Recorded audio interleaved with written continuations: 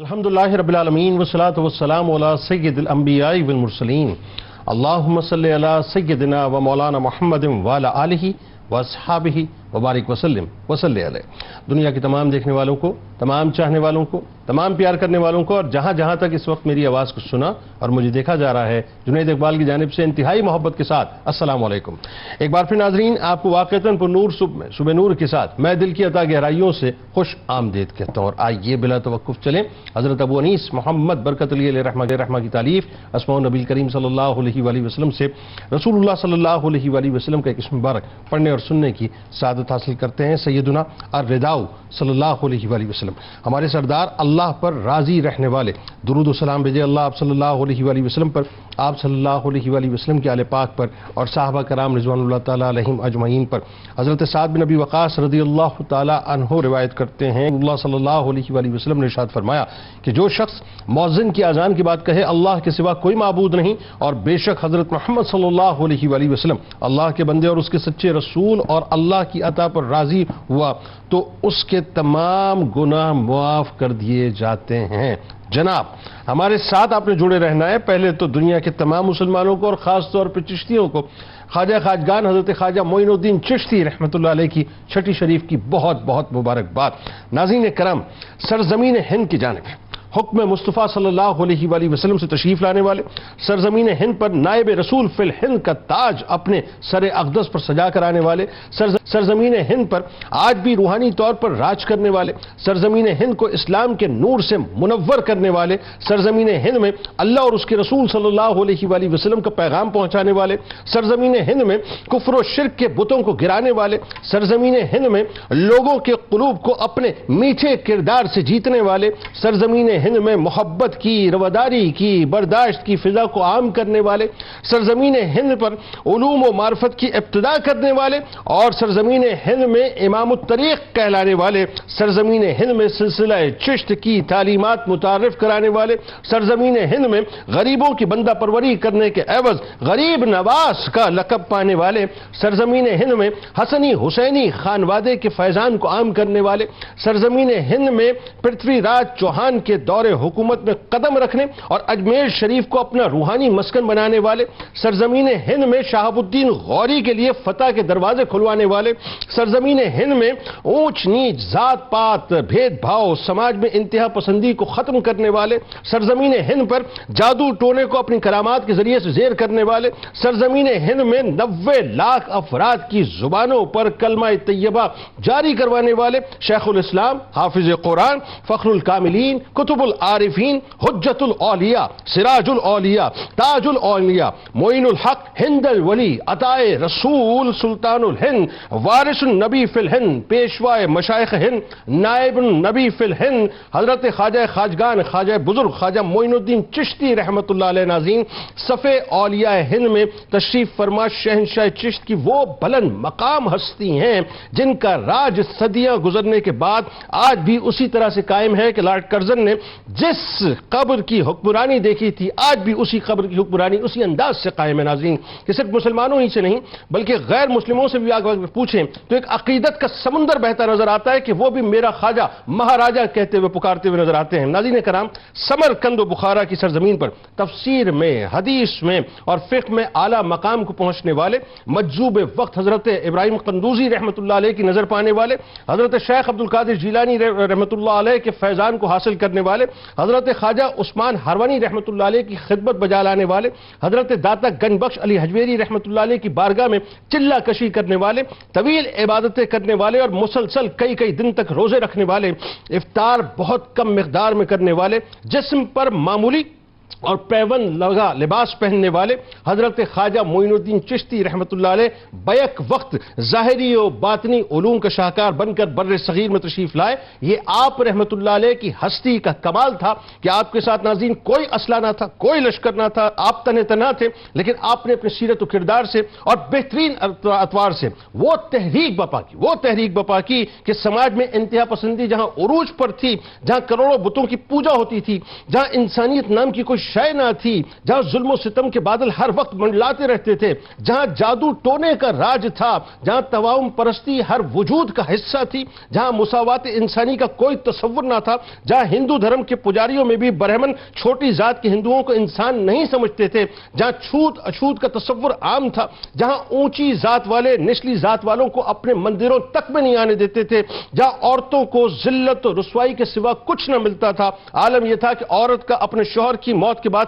چتا پر ستی ہونا واجب ہوا کرتا تھا، زندہ جل مرنا ایک مذہبی فریضہ تھا۔ ناظرین، کسی کی جان مال عزت آبرو محفوظ نہ تھی، ہندوستان مکمل طور پر کفرستان تھا، وہاں گلشن سیدہ کائنات سیدہ فاطمہ الزہرا سلام اللہ علیہا کے یہ پھول جلال موسوی اور جمال مصطفی کے مرقع و مرصع بن کے ناظرین کسی لشکر کے بغیر میدان عمل میں اترتے ہیں۔ جو بھجن گانے والے تھے ان کی زبانوں پر کلمہ طیبہ جاری کروایا، اور ایسا جاری کروایا صاحب کہ جو رام رام کہنے والے تھے وہ اللہ اللہ کہنے لگے۔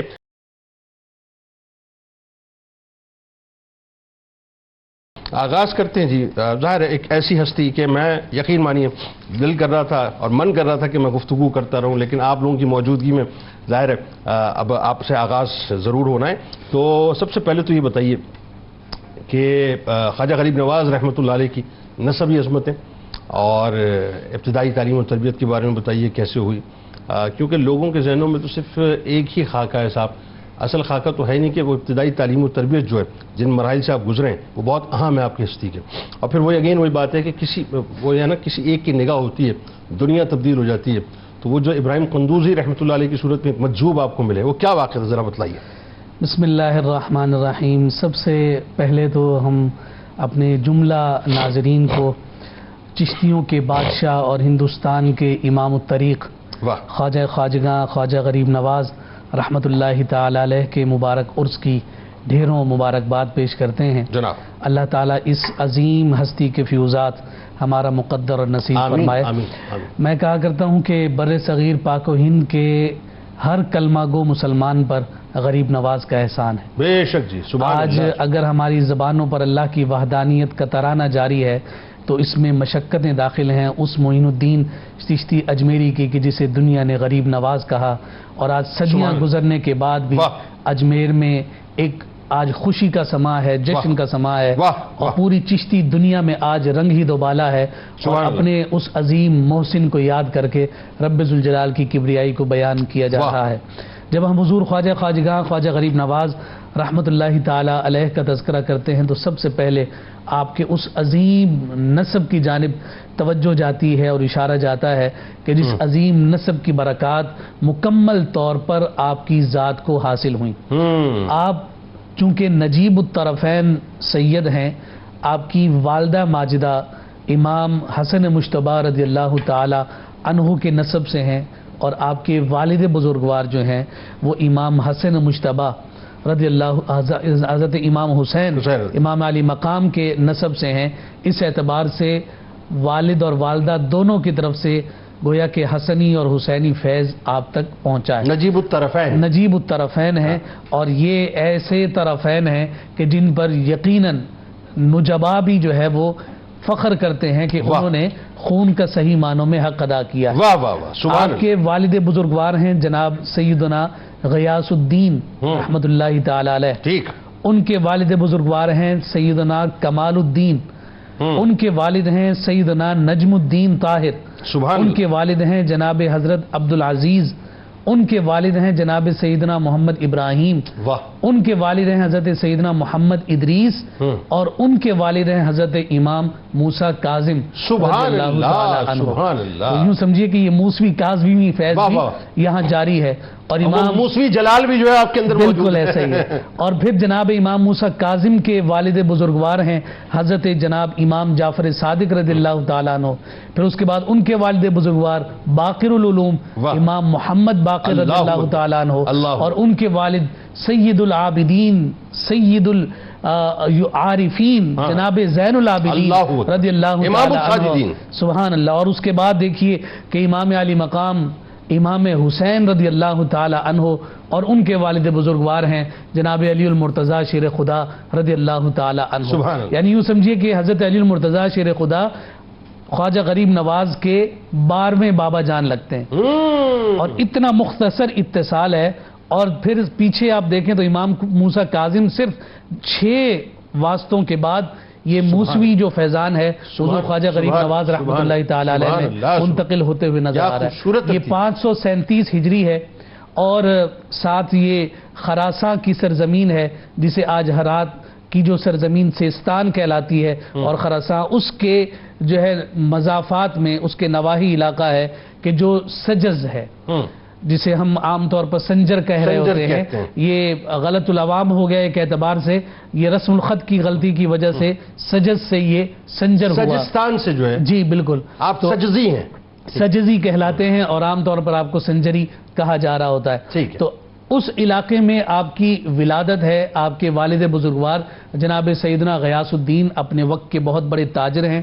علاقے میں آپ کا روب اور دبدبہ ہے، اور بڑے لوگوں میں آپ کا شمار ہوتا ہے. 15 سال کی عمر ہے، والد بزرگوار کا سایہ سر سے اٹھ جاتا ہے. ٹھیک ہے. باپ سے بے پناہ محبت کی وجہ سے ابتدائی طور پر آپ بہت زیادہ غم میں مبتلا تھے، رنج میں مبتلا تھے. اور اس وقت وہ عظیم ماں ہے کہ جس ماں نے آپ کو دلاست دیتے ہوئے کہا کہ اس طرح سے تو نہیں ہوگا کہ آپ صبر کا دامن چھوڑے بیٹھے رہیں. آپ کے بابا جان چاہتے تھے کہ میرا بیٹا علم و فضل میں بڑے مرتبے پر پہنچے. میں چاہتی ہوں کہ اپنے باپ کی روح کو تسکین پہنچاؤ اور علم و فضل کے اس رستے کے راہی بنو. والدہ ماجدہ کی اس ڈھارس اور تسلی پر آپ دوبارہ جب زندگی کی رانائیوں کی جانب آئے تو ابھی محض چلنے ہی لگے تھے کہ 1 سال کا عرصہ گزرا کہ والدہ ماجدہ کا وہ سایہ بھی شفقت بھرا آپ کے سر سے اٹھ گیا.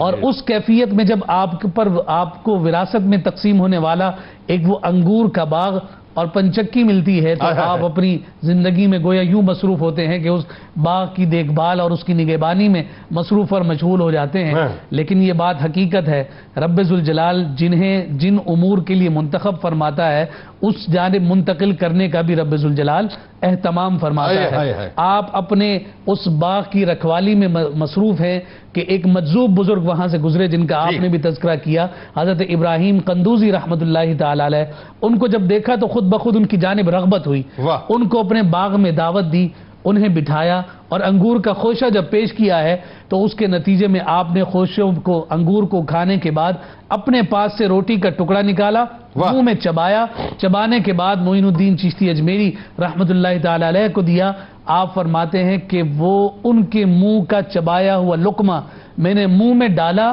فرماتے ہیں کہ ایسے لگا کہ دل کی کایا ہی پلٹ گئی، دل روشن اور منور ہو گیا، دنیا سے دل اچاٹ ہو گیا، اور اب معرفت الہی کی جانب سفر کی ہر دم خواہش ہونے لگی. یہی وہ خواہش تھی جس پر سب کچھ آپ نے بیچا اور سمرقند و بخارا کی جانب نکل گئے. لوگ کہتے ہیں کہ بڑا آسان ہوتا ہے ولایت کے مرتبے پر فائز ہونا، اس سے پہلے دیکھیے کہ آپ سمرقند و بخارا پہنچے، حفظ بھی کیا، تجوید بھی پڑھی، مفسر بھی ہوئے، محدث بھی ہوئے، فقہ کا علم بھی حاصل کیا، ایک کامل طریقے سے آپ امام الشریعہ بھی ہوئے اور امام الطریقہ بھی ہوئے. اور پھر اس کے بعد آپ جب اپنے روحانی اسفار کا آغاز کرتے ہیں تو پھر یقیناً آج غریب نواز اسی کے سبب. سبحان اللہ.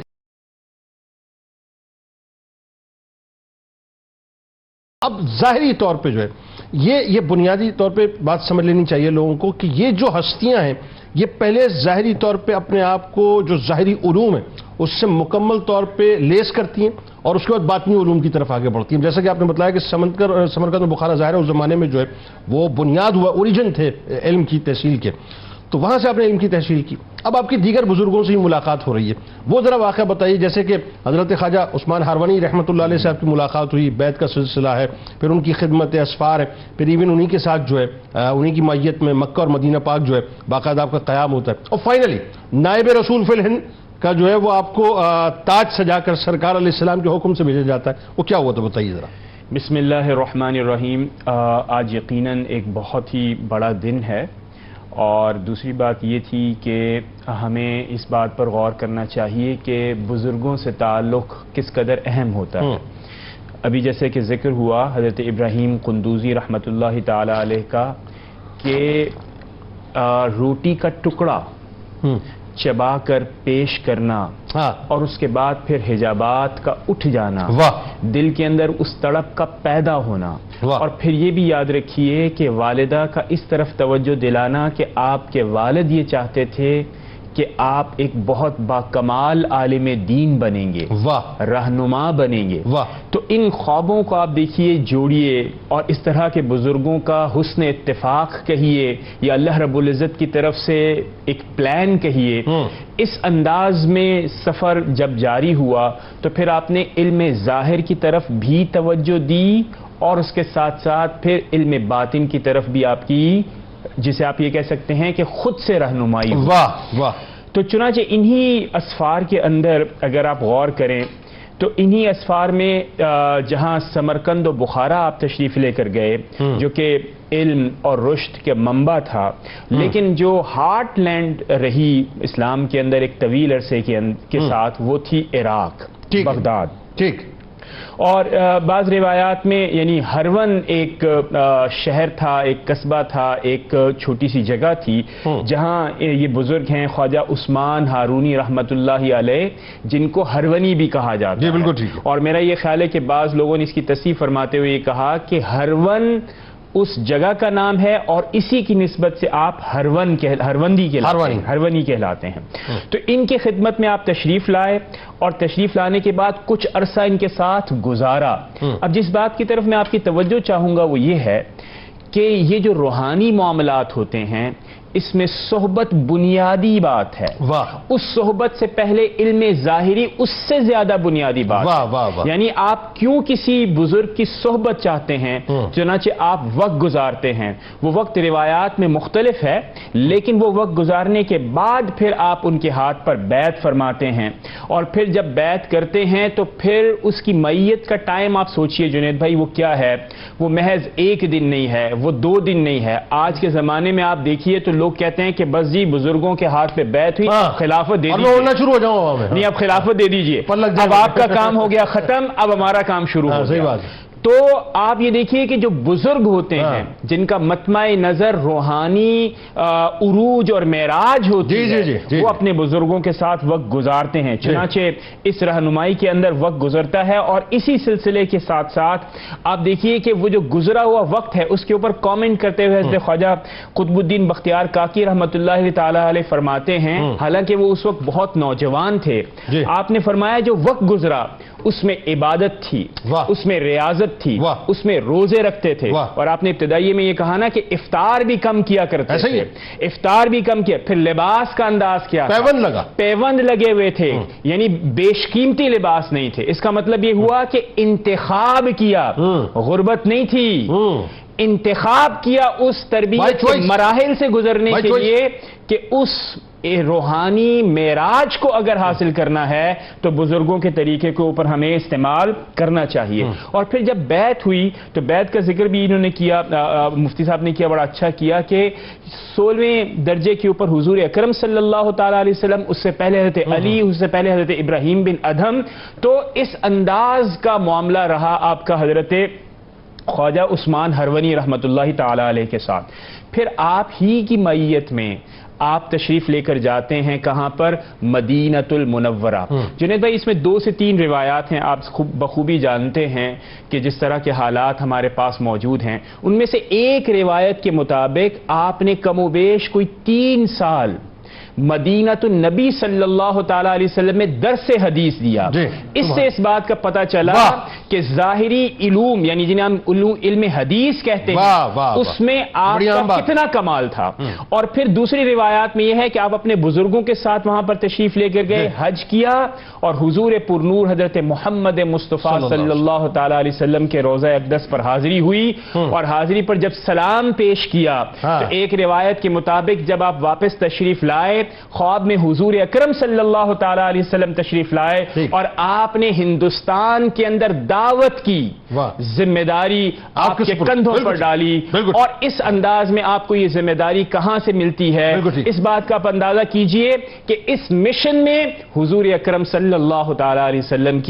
کا ارشاد اور آپ کی حمایت اور آپ کی تائید اور آپ کی توجہ شامل ہے۔ یعنی اگر یہ کہوں میں کہ سب کانٹیننٹ پہ سرکار مدینہ صلی اللہ علیہ وآلہ وسلم کی براہ راست نگاہ کرم ہے، تو اس میں کوئی دوسری رائے نہیں ہے کہ آپ نے ظاہر ہے اپنے لاڈلے کو اپنے گلشن کے پھول کو جو ہے باقاعدہ منتخب کر کے یہاں بھیجا۔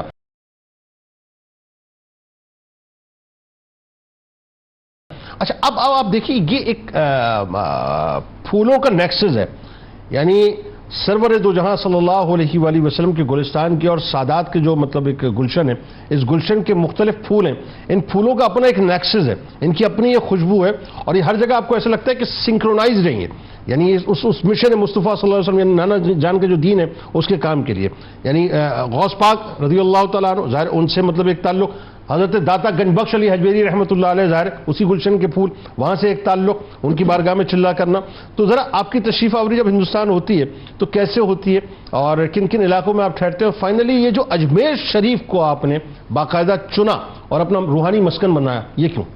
بسم اللہ الرحمن الرحیم۔ حضرت خواجہ خواجگان خواجہ معین الدین اجمیری چشتی رحمہ اللہ 530 ہجری میں آپ کی ولادت ہوتی ہے، اور حضور غوث پاک رحمہ اللہ یہ حضرت عبداللہ حنبلی کے پوتے ہیں۔ آپ نے تعلق کا پوچھا نا، تو ہمارے یہاں عموماً جب بھی حضور غوث پاک اور خواجہ صاحب کا جو تعلق بیان کیا جاتا ہے وہ ایک روحانی اعتبار سے بیان کیا جاتا ہے، لیکن نسبی اعتبار سے کیا تعلق ہے، رشتہ داری کے اعتبار سے کیا تعلق ہے کہ حضرت عبداللہ حنبلی حضور غوث پاک کے جو ہے وہ دادا ہیں، اور اسی طرح حضرت خواجہ معین الدین اجمیری چشتی رحمہ اللہ کی جو والدہ ہیں وہ بھی حضرت عبداللہ حنبلی کی پوتی ہیں۔ تو یوں حضور غوث پاک اور خواجہ خواجگان کی والدہ یہ دونوں آپس میں چچا زاد ہیں، تو اس رشتے سے حضور غوث پاک حضور خواجہ صاحب کے ماموں لگتے ہیں، تو یہ آپ دونوں کا ایک تعلق ہے۔ اور پھر جب 550 ہجری میں 20 سال کی عمر میں جب آپ بغداد شریف تشریف لے گئے حضور غوث پاک کے پاس، تو اس وقت حضور غوث پاک نے آپ کو دیکھتے ہی یہ فرما دیا کہ یہ مرد مقتدائے روزگار ہے اور بہت سے لوگ اس سے منزل مقصود کو پہنچیں گے۔ اور پھر جو اگلی ملاقات ہوئی آپ کی حضور غوث پاک سے وہ ہوئی 580 ہجری میں، اور اس وقت آپ نے حضور غوث پاک کے پاس کم و بیش 5 مہینے کا عرصہ گزارا اور آپ کی صحبت سے جو ہے وہ فیضیاب ہوئے۔ اچھا اب جو آپ کا اگلا جو سوال کا جو پارٹ تھا کہ ہندوستان کا جو سفر ہے اور پھر اجمیر شریف کا جو انتخاب ہے، تو اس کو میں ڈسکس کرنے سے پہلے یہ بتانا چاہوں گا کہ آپ کا جو ہندوستان کا جو سفر ہے نا وہ ایسا نہیں کہ آپ ہندوستان گئے اور بس چلے گئے، نہیں، یہ 5 مرتبہ کا سفر ہے ہندوستان کا، 5 ٹائمز آپ ہندوستان جو ہے وہ تشریف لے گئے۔ پہلی مرتبہ جب آپ ہندوستان تشریف لے گئے وہ ایئر ہے 558 598 اس ایج میں جو ہے وہ آپ جو ہے وہ ہندوستان تشریف لے جاتے ہیں، پہلا سفر اس میں ہوتا ہے۔ اور دوسرا سفر جو آپ کا ہوتا ہے وہ ہوتا ہے 585 اور 586 میں۔ اچھا جو پہلا سفر ہے ہندوستان کا اس میں آپ اجمیر نہیں جاتے، جو دوسرا سفر ہے 585 اور 586 کا اس میں آپ اجمیر جاتے ہیں، اور آپ کا جو حرمین کا سفر ہے جیسے ابھی ڈاکٹر صاحب نے ذکر کیا وہ ہے 583 میں،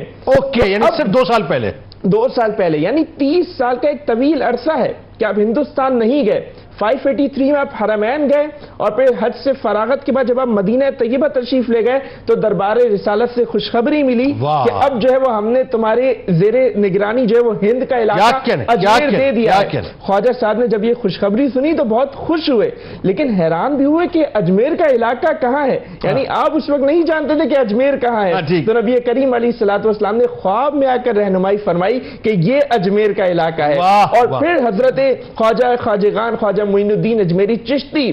ہندوستان کے لیے نکل پڑے، اور براستہ بغداد جب ہندوستان جب آپ پہنچے تو ہندوستان میں پہنچنے کے بعد پہلے آپ لاہور گئے، یعنی روحانی میپ بھی ڈیفائن کیا۔ بالکل ایسے ہی ہے، ایسے ہی۔ اور جب آپ ہندوستان جب آپ تشریف لے گئے تو آپ نے ہندوستان میں جو اپنے سفر کا جو آغاز کیا وہ لاہور سے حضور داتا علی حجویری رحمہ اللہ کے مزار سے وہ آغاز کیا، اور وہاں پہ 40 دن جو ہے وہ آپ چلا آپ نے فرمایا ان کے مزار پر، اور بوقت رخصت آپ نے حضرت داتا علی حجویری رحمہ اللہ کو اس انداز سے خراج تحسین پیش کیا کہ گنج بخش فیض عالم مظہر نور خدا ناقصارہ پیر کامل کاملارہ رہنما، یعنی ایک مقبول شخص کے لیے ایک مقبول شخص کی زبان سے نکلنے والے جملے آج تک ایسے مقبول ہیں کہ ہر شخص کی زبان پر جاری ہے۔ گلشن سیدہ کائنات کے پھول کی جو ہے زبان سے گلشن سیدہ کائنات کے پھول کے لیے جملے نکلے نا۔ سبحان اللہ، دونوں ہی ساتھ سبحان اللہ۔ اور اسی لیے دیکھیں آج تک یہ زبانوں پر جاری ہے کہ آپ خزانے لٹانے والے ہیں، عالم کو فیض پہنچانے والے ہیں، ناقصوں کے لیے پیر کامل ہیں اور کاملوں کے لیے رہنما ہیں، جیسے حضور غوث پاک نے کہا تھا۔ سبحان اللہ، بہت شکریہ، بہت شکریہ آپ تینوں۔ اب آپ کا آپ تشریف لائے صاحب، آج تو بس غریب نواز رحمۃ اللہ علیہ کی بارگاہ میں جو ہدایت پیش کیے اس تیقن کے ساتھ کہ وہ قبول ہو جائیں ذکر کرنے والوں اور سننے والوں کے، اور کل غریب نواز ہم جیسے غریبوں کو بھی نواز دیں، صاحب کیا ہی بات ہو جائے انشاءاللہ۔ کتاب الشفا، ادائیگی قرض کا عمل، ہر فرض نماز کے بعد 7 مرتبہ اللہم اکفنی بحلالک عن حرامک واغننی بفضلک عمن سواک کا معمول بنا لینے سے اللہ تبارک و تعالیٰ ادائیگی قرض کے اسباب انشاءاللہ پیدا کر دے گا۔ حضرت خواجہ معین الدین چشتی اجمیری رحمۃ اللہ علیہ کا کمال قول مبارک کے توجہ سے سن لیجئے کہ جس شخص میں 3 خصلتیں پائی جائیں تو سمجھ لو وہ اللہ کا دوست ہے، دریا جیسی سخاوت، آفتاب جیسی شفقت اور زمین جیسی تواضع۔